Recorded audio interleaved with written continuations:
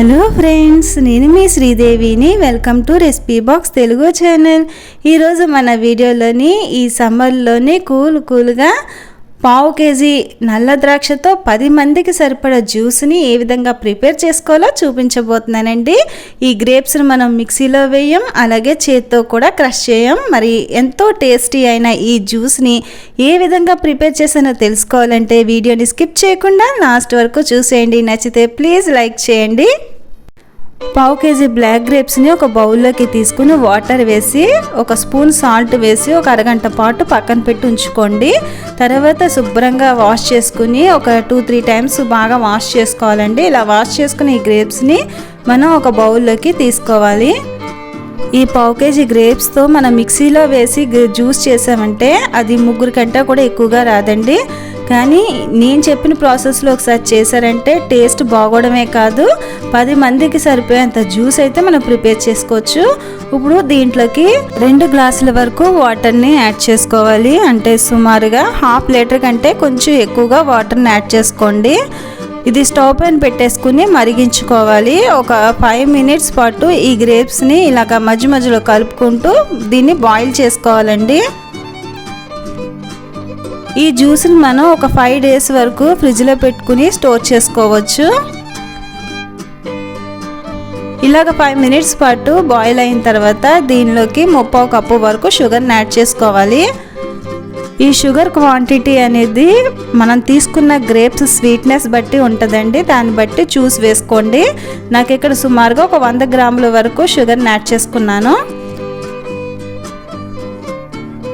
Sugar వేసిన తర్వాత మరొక 5 నుంచి 8 నిమిషాల పాటు ఈ గ్రేప్స్ని ఇలా మధ్య మధ్యలో కలుపుకుంటూ మరిగించుకోవాలి. ఒకసారి ఈ విధంగా గ్రేప్ జ్యూస్ని ట్రై చేసి చూడండి. మళ్ళీ ఇలాగే చేసుకుంటారు, అంత టేస్ట్గా ఉంటుంది. ఆల్మోస్ట్ బాయిల్ అయిపోయిందండి. దీని కలర్ కూడా చక్కగా చేంజ్ అయిపోయింది, చూసారా?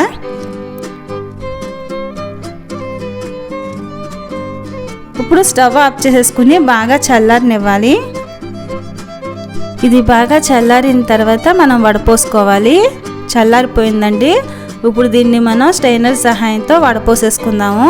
ఇలా వడపోసుకున్న తర్వాత వచ్చిన ఆ పల్ప్ని పడైనవసరం లేదండి. దాన్ని మళ్ళీ బౌల్లోకి వేసేసుకుని దాంట్లో కొంచెం షుగర్ యాడ్ చేసుకుని మరొక 5 నిమిషాల సేపు మరిగించుకుని దాని నుంచి కూడా జ్యూస్ని సెపరేట్ చేసుకోవచ్చు. అయితే అది దీంట్లో యాడ్ చేయకండి, అది అప్పటికప్పుడు తాగేయడానికే బాగుంటుంది. ఈ పల్ప్ని మనం గిన్నెలోకి వేసేసుకుని కొంచెం షుగరు వాటర్ వేసుకుని మరొక 5 నిమిషాల సేపు మరిగించుకుని జ్యూస్ ప్రిపేర్ చేసుకోవచ్చు. ఈ జ్యూస్ అయితే స్టోర్ చేసుకోవచ్చండి. 5 డేస్ అయినా కానీ ఏమీ అవ్వదు ఫ్రిడ్జ్లో పెట్టుకుంటేనే. ఇప్పుడు దీంతో గ్రేప్ జ్యూస్ని ఏ విధంగా ప్రిపేర్ చేసుకోవాలో చూసేద్దాము. గ్లాసులు తీసుకుని దాంట్లోకి ఐస్ క్యూబ్స్ వేసుకోవాలి. మనం తయారు చేసి పెట్టుకున్న ఈ గ్రేప్స్ జ్యూస్ని 1/2 వంతు వరకు గ్లాసులోకి వేసుకోవాలండి. ఇలా చక్కగా ఫ్రిడ్జ్లో పెట్టుకుని స్టోర్ చేసుకుని ఇంటికి వచ్చిన గెస్ట్లకి ఇస్తే వాళ్ళు నిజంగా ఈ డ్రింక్ తాగి ఫిదా అవ్వాల్సిందేనండి, అంత టేస్ట్గా ఉంటుంది. దీంట్లోకి వాటర్ని యాడ్ చేసుకోవాలి.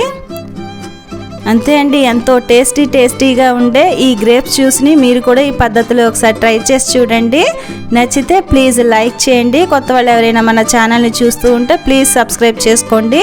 మీ ఫ్రెండ్స్కి, ఫ్యామిలీ మెంబర్స్కి ఈ వీడియోని షేర్ చేయండి. మరొక మంచి రెసిపీతో నా నెక్స్ట్ వీడియోలో కలుస్తాను. Thank you for watching.